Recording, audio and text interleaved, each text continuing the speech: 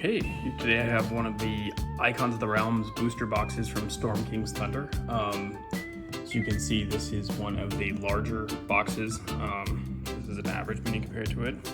And I believe this is one of the boxes that is guaranteed to have a huge mini in each box.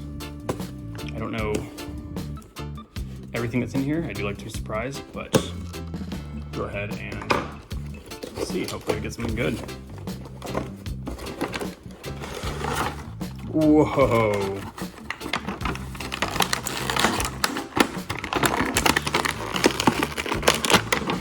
I believe this one is a named figure.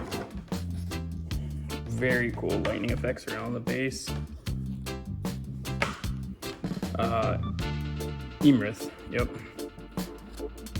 44 of 45. So this is also a rare. This is very cool. This is enormous.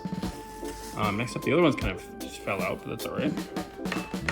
We have a Dark Mantle,